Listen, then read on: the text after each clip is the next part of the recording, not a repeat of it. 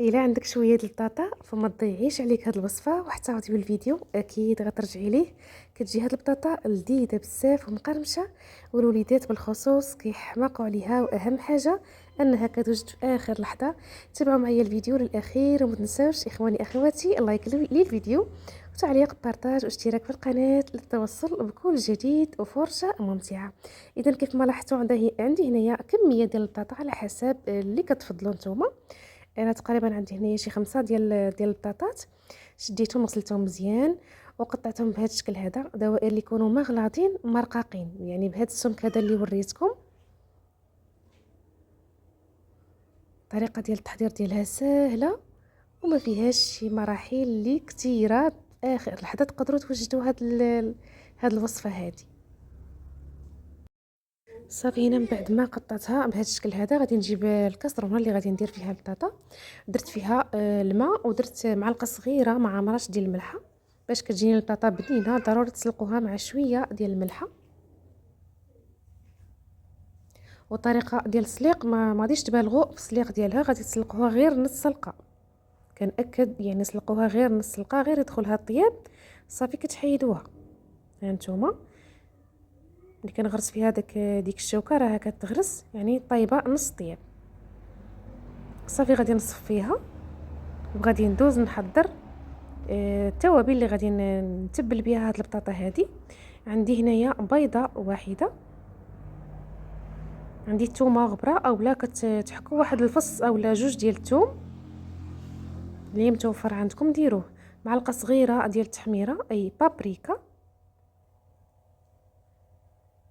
معلقه صغيره مع مراش ديال الابزار على حسب الذوق، معلقه صغيره ديال الكمون.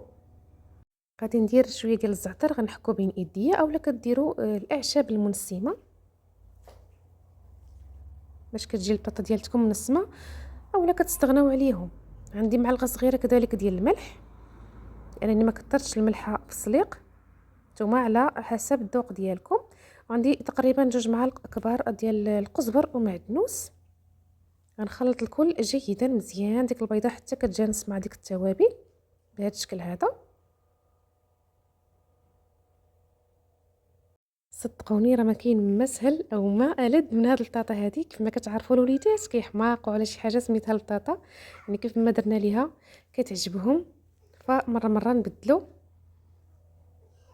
خصوصا دابا في الصيف كيبغيو بحال هاد الوصفات. صافي من بعد ما ضربت هاد العطريه ديالتي مزيان مع ديك البيضه، غادي نجيب البطاطا ديالتي من بعد ما سقطرتها ومن بعد ما صفيتها من داك الماء اللي فيها. صافي غادي ندوزها في هاد العطريه هذه. حبذا الا خليتوها هكا تشربات كتجي لذيذه اكثر.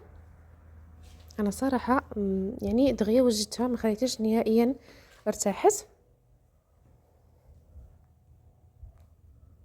صافي كنستمر بنفس الكيفيه حتى كنسالي الكميه ديالتي كامله ديال البطاطا.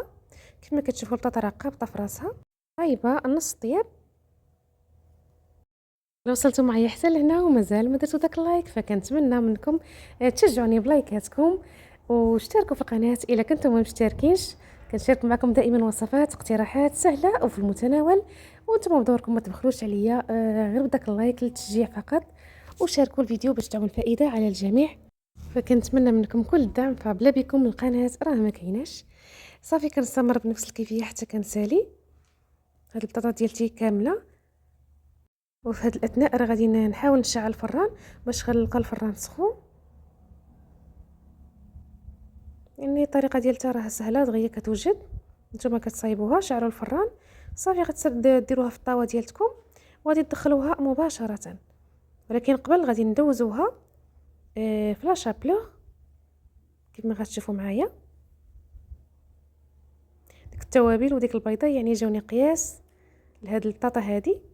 هنايا عندي لا شابلور تحضير منزلي اولا كتشريوه. الا ما عندكمش لا شابلور ممكن ديروا السميده.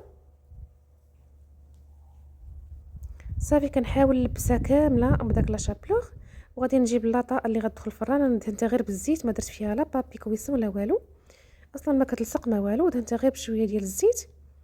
صافي وغادي نستف فيها هاد البطاطا هذه كيف ما بامكانكم تقليوها في الزيت. صراحه انا دخلت الفران، طريقه اللي عمليه، ما كتبقاو ولا واقفين لا عند القليله والو، كتدخلوها الفران وكتهناو.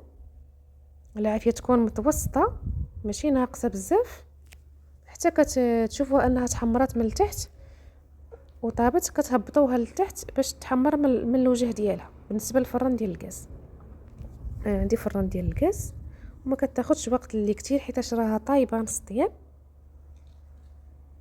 وإلا بغيتو تقليوها فبامكانكم. صافي انا استفتها في اللاطه، غادي ندخلها دابا الفران.